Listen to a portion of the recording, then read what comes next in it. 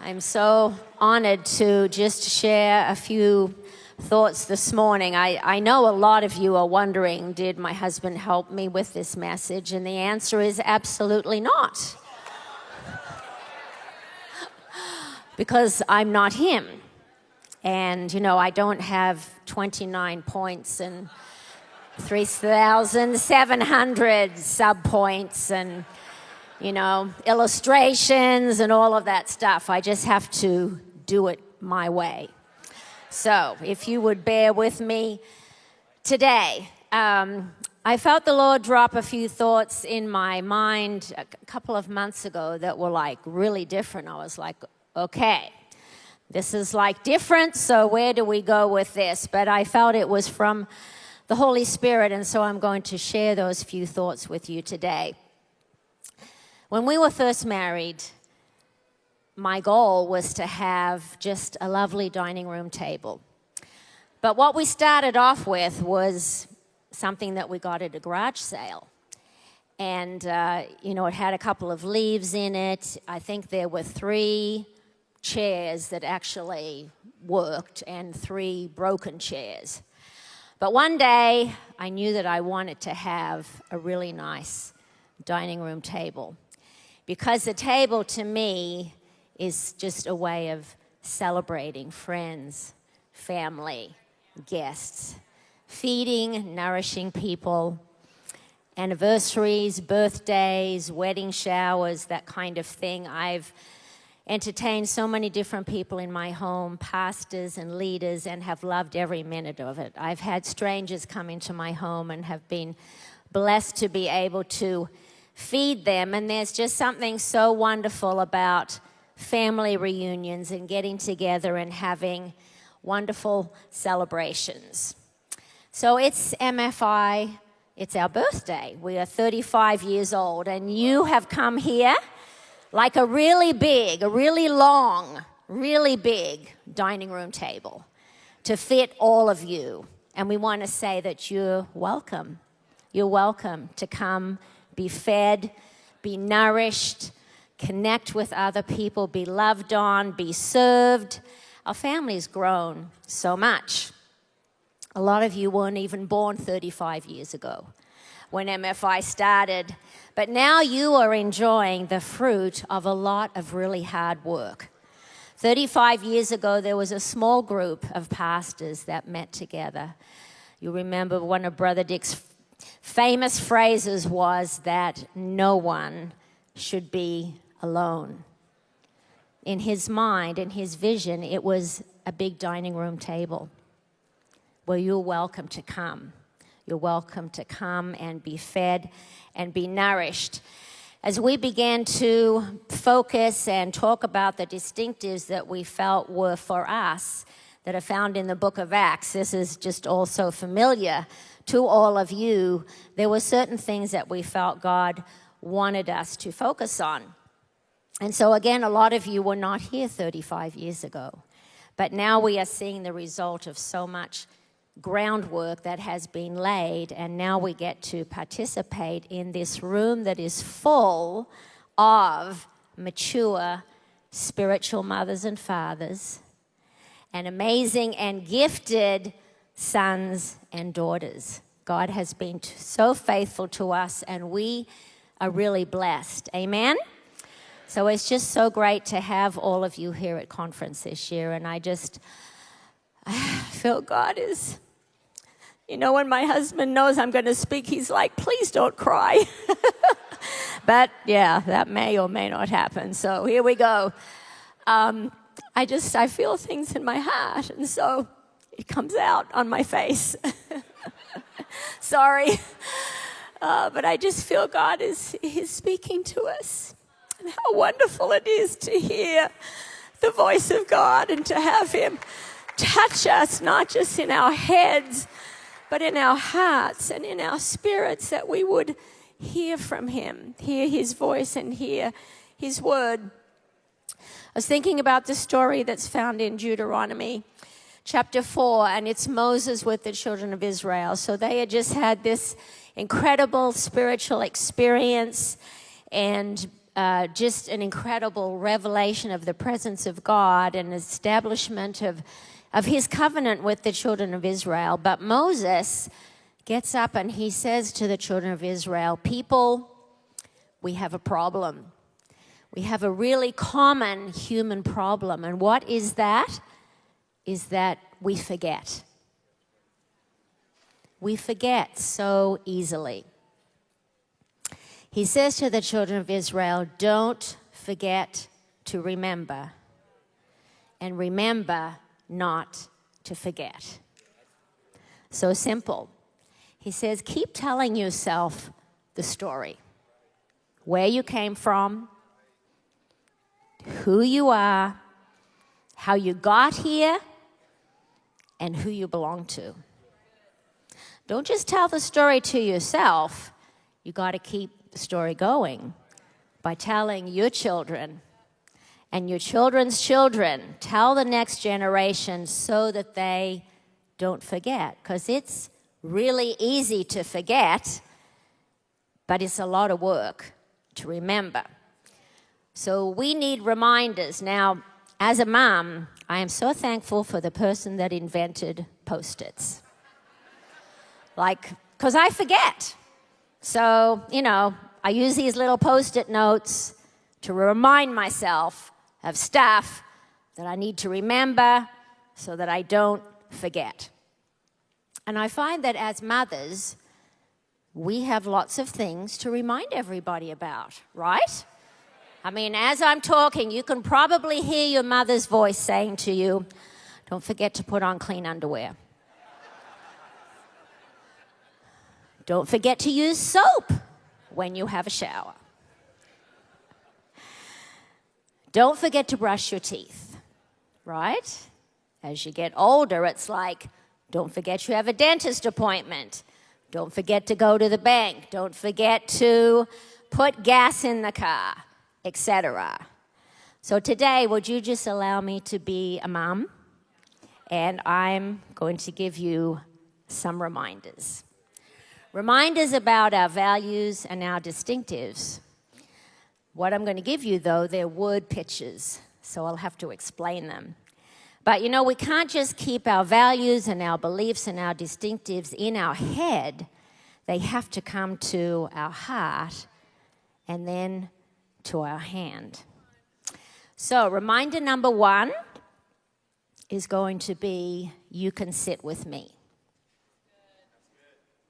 Nobody wants to sit by themselves. And if we've learned anything from the pandemic, it's that people need people. Up close, in person. We need to be touched, hugged. We need to see faces. We need to have eye contact and feel close to others.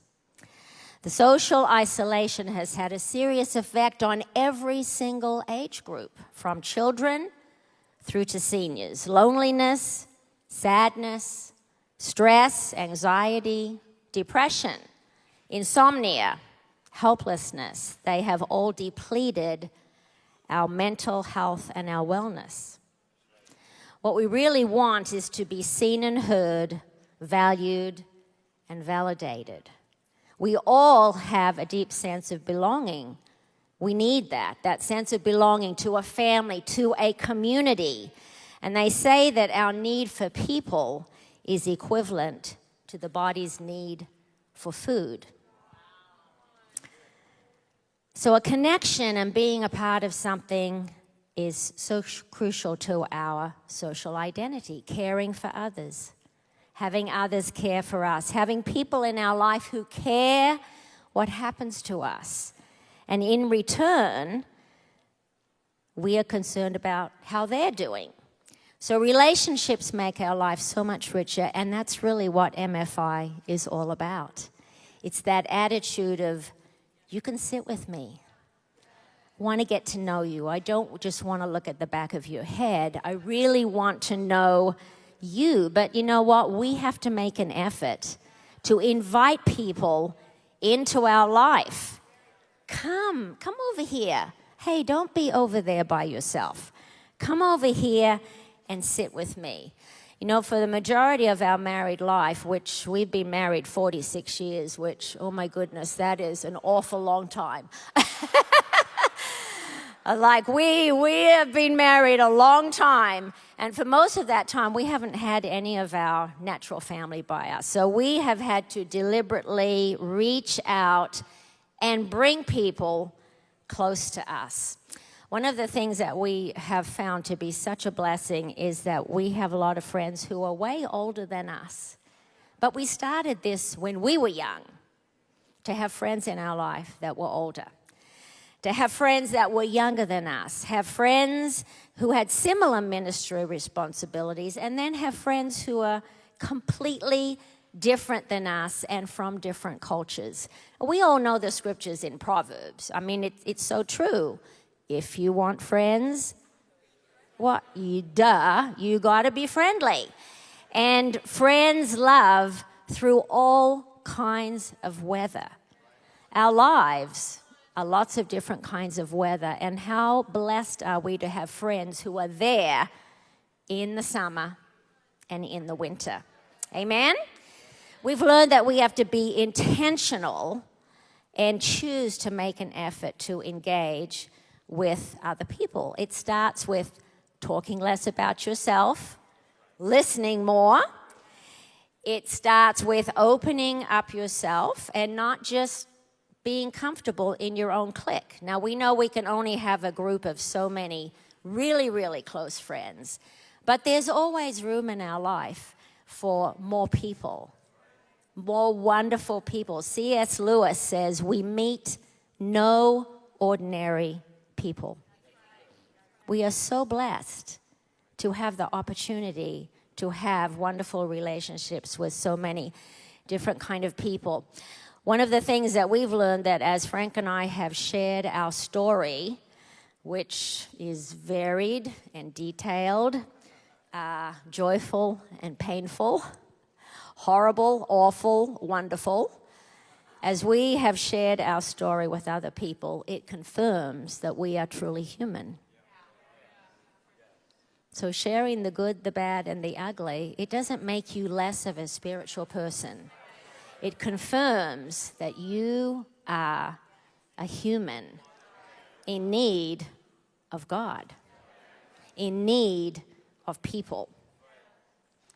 You can sit with me. We have to practice an attitude of acceptance of others who are different. For those of us who are white, get some friends who are not white.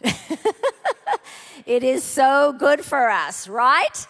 And wouldn't it be wonderful if someone was looking at MFI, they said, I cannot believe how much those pastors and leaders love each other.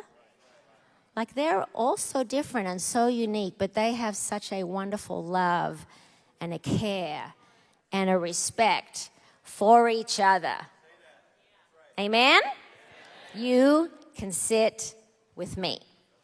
Okay, reminder number 2, call me by my name. Call me by my name. So I am a somewhat organized person. Now, anybody that knows me is like, okay, that's a slight as my daughter-in-law laughs, slightly underwhelming statement. I'm actually a super organized person. That's just the way I'm wired. So I've tried to teach my children to be organized. Not always successfully. I'm trying to teach my grandchildren to be organized. And, you know, for me, the way that I do that is different containers and different boxes to put things in, right? How to categorize, how to sort. Well, that is great for stuff, but not so great for people.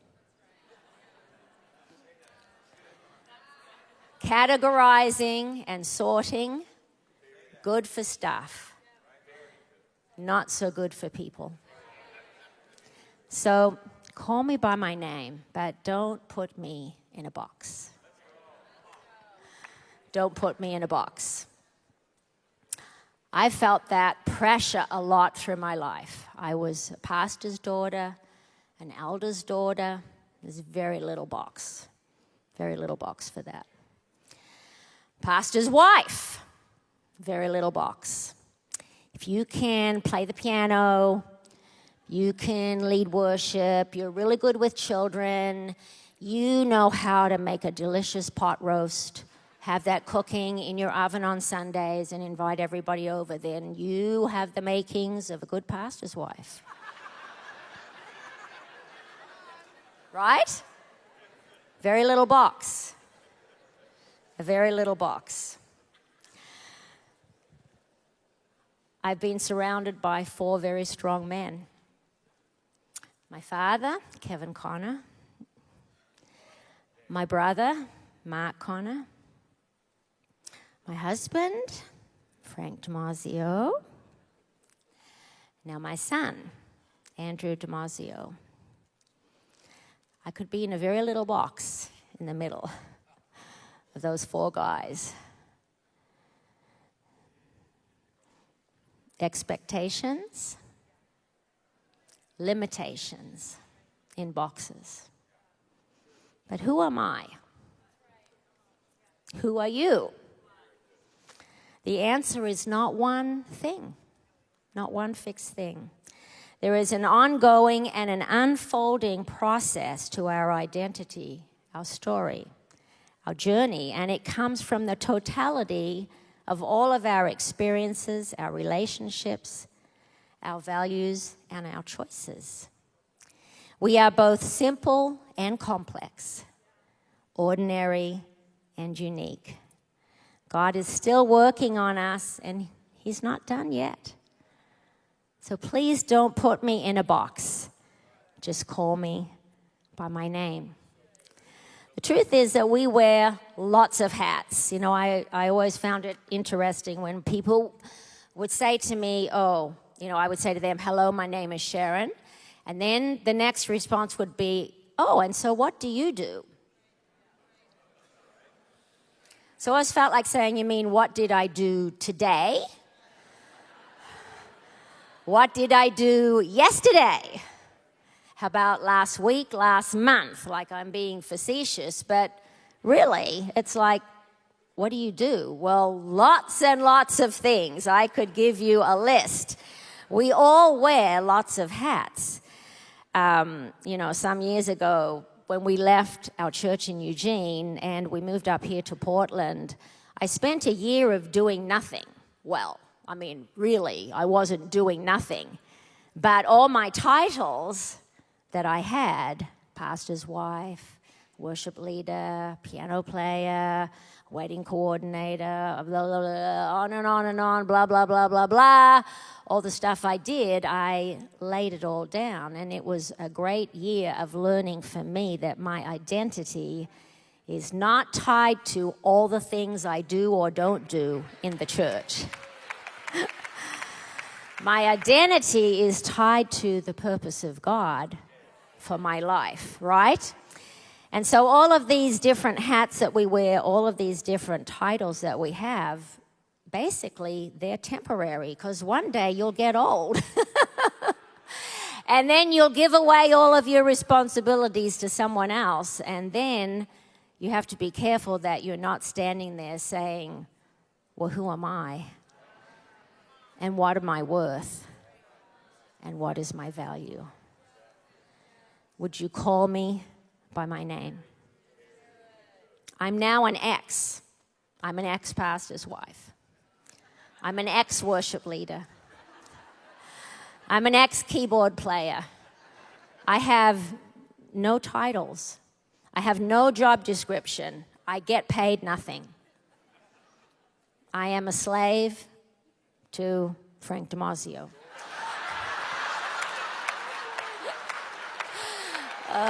Don't tell him I said that. But that's somewhat true. So, going through transitions, it's rough. It is rough on the heart. But I cannot compare my life to what's going on in someone else's life. because then jealousy and discontentment jumps in, and then we have a really big problem. So, how can we build a kinder and a gentler and a nicer MFI? By treating people, especially pastors and leaders, the Jesus way. Looking at people with eyes that are full of grace. Seeing what you and I could become. Seeing what is possible, what God can do through us. And we can do this by intentionally working to eliminate assumptions, interpretations, biases of race and gender. Let's give everybody room to grow and to change. No more boxes. Just call me by my name. Okay, reminder number 3. Eat your veggies. I told you I was going to be mom. Okay, in the natural, we know that having a plant-forward diet has so many benefits to it. More nutrients for our body, better mental health, a reduced risk of disease. It's better for our heart. It's better for the planet. So I'm a gardener. I love to work in my yard, but it's a lot of work. That's what it is. I live in a neighborhood where there's a creek and a trail. People come by all the time and tell me how beautiful my garden is, but it's a lot of work. I was thinking about the first garden, the Garden of Eden. Pastor Mark already mentioned this morning. Adam and Eve had everything going for them. They lived in the Garden of Eden, which was full of life. Trees, a river, rich soil, rest, safety. They had a routine. They had a place where they could go and meet with God. It was easy. Everything was easy in the Garden of Eden. And then they got this mandate: be fruitful, multiply, rule and take dominion.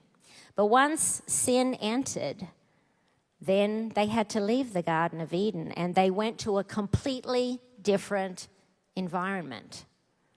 But the mandate didn't change. So now they found themselves in a place where there was hard work.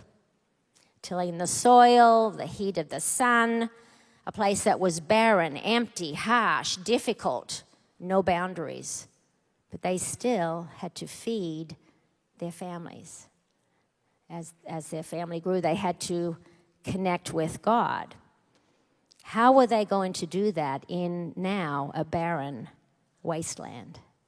I feel like that is talking to us about our current world. Baby, we are not in the Garden of Eden, right?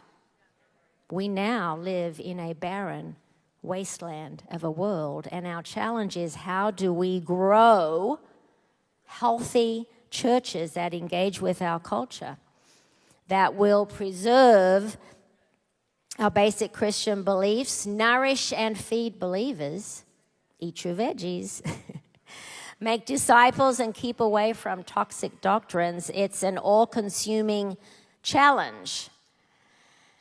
The work of eating your veggies involves 2 parts: the quality of the soil and the planting of the seed. So as leaders, we are instructed to make sure the soil of people's hearts is prepared to receive the seed of the word, right? As a gardener, I have to check out the condition of the soil. At my home, we have a lot of clay. Other areas in Portland, it's more rocky, there's more sand. You have areas where there's weeds and that kind of thing. We are called to amend and modify the soil. We add poop, manure, right, to the soil so that we get more minerals and nutrients in there, that kind of thing. So when it comes to the seed, we're not to modify the seed.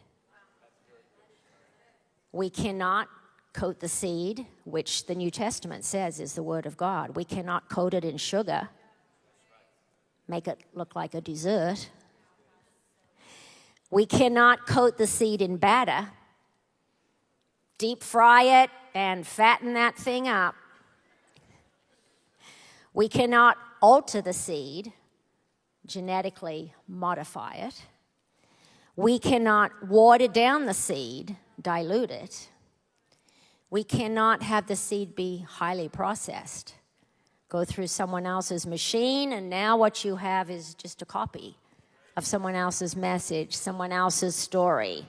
But we've got to roll up our sleeves and get back to work, amending the soil, planting quality seeds, and growing veggies for people to eat.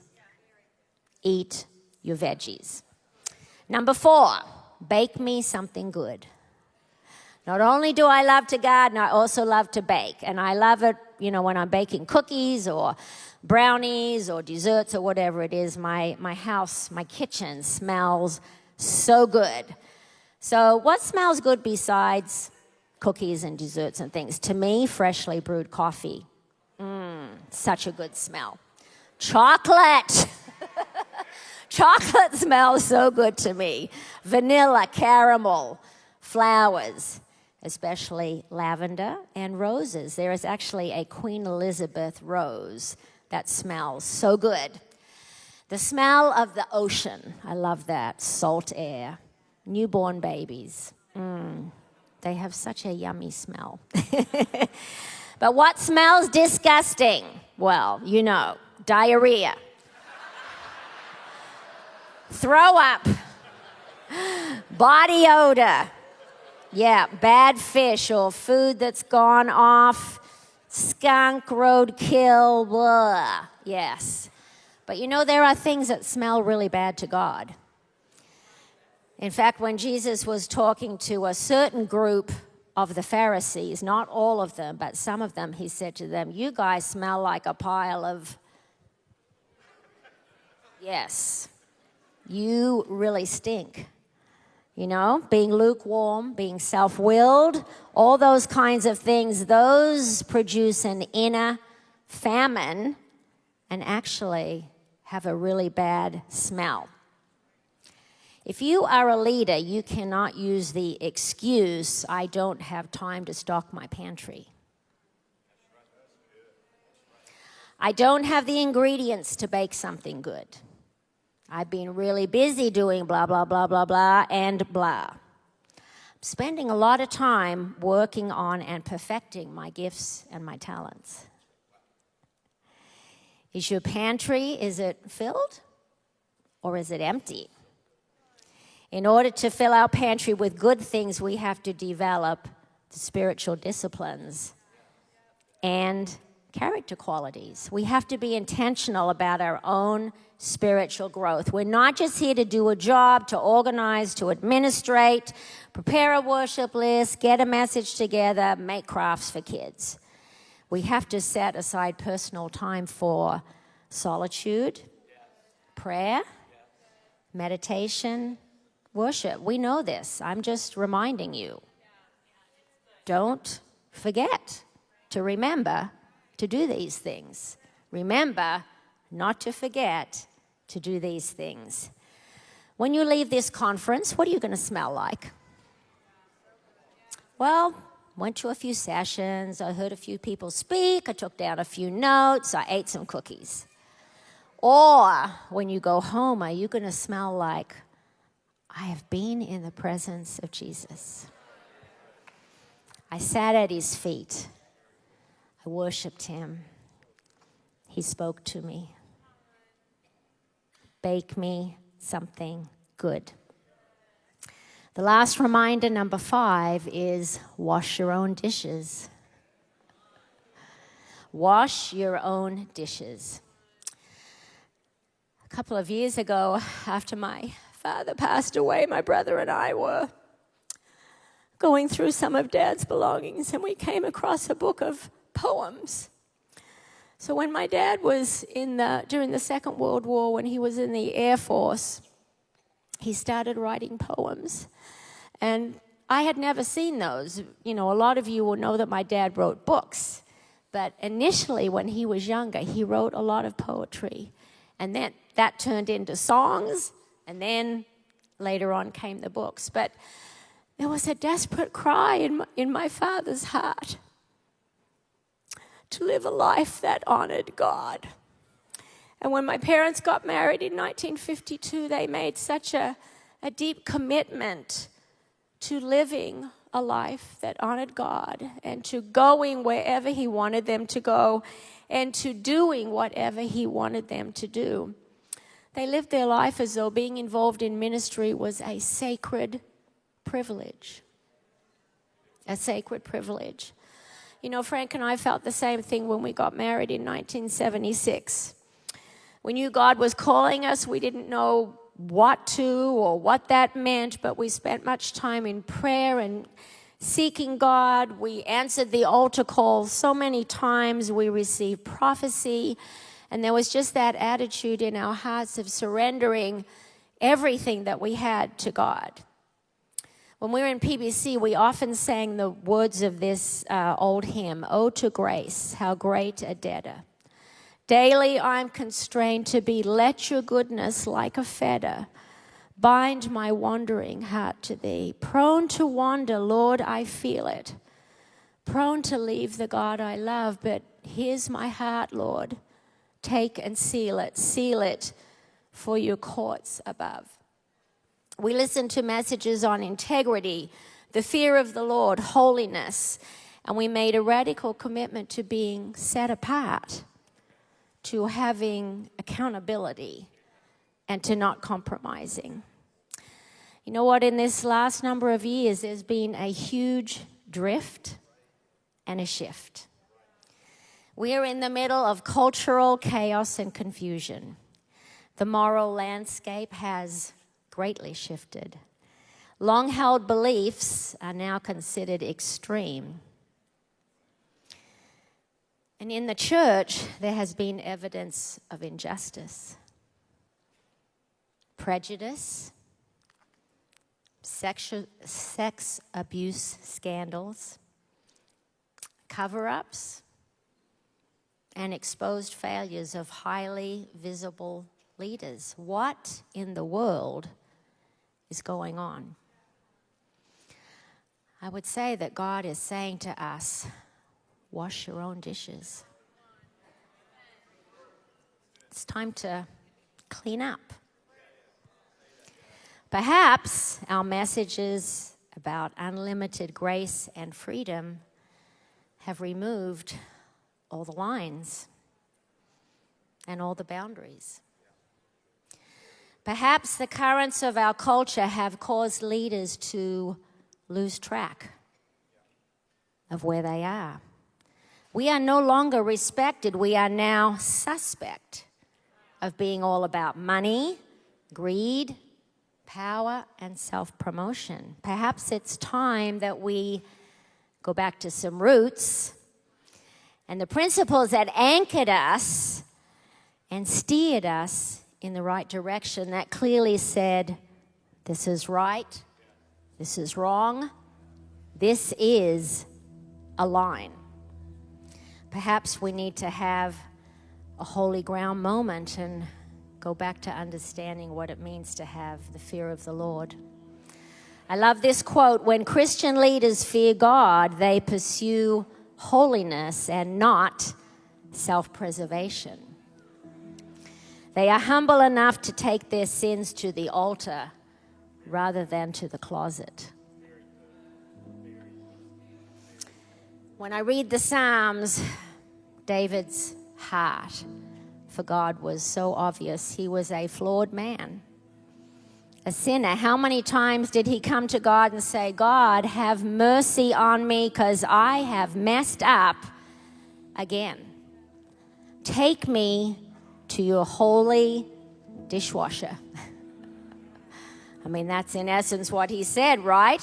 Create in me a clean heart, O God, and renew a right spirit within me. In Eugene Peterson's translation, he uses the word scrub me, wash me, soak me. Psalm 139, search me, O God, know my heart, Test me and know my anxious thoughts. Point out anything in me that offends you. So please, reminder number 5, do your own dishes.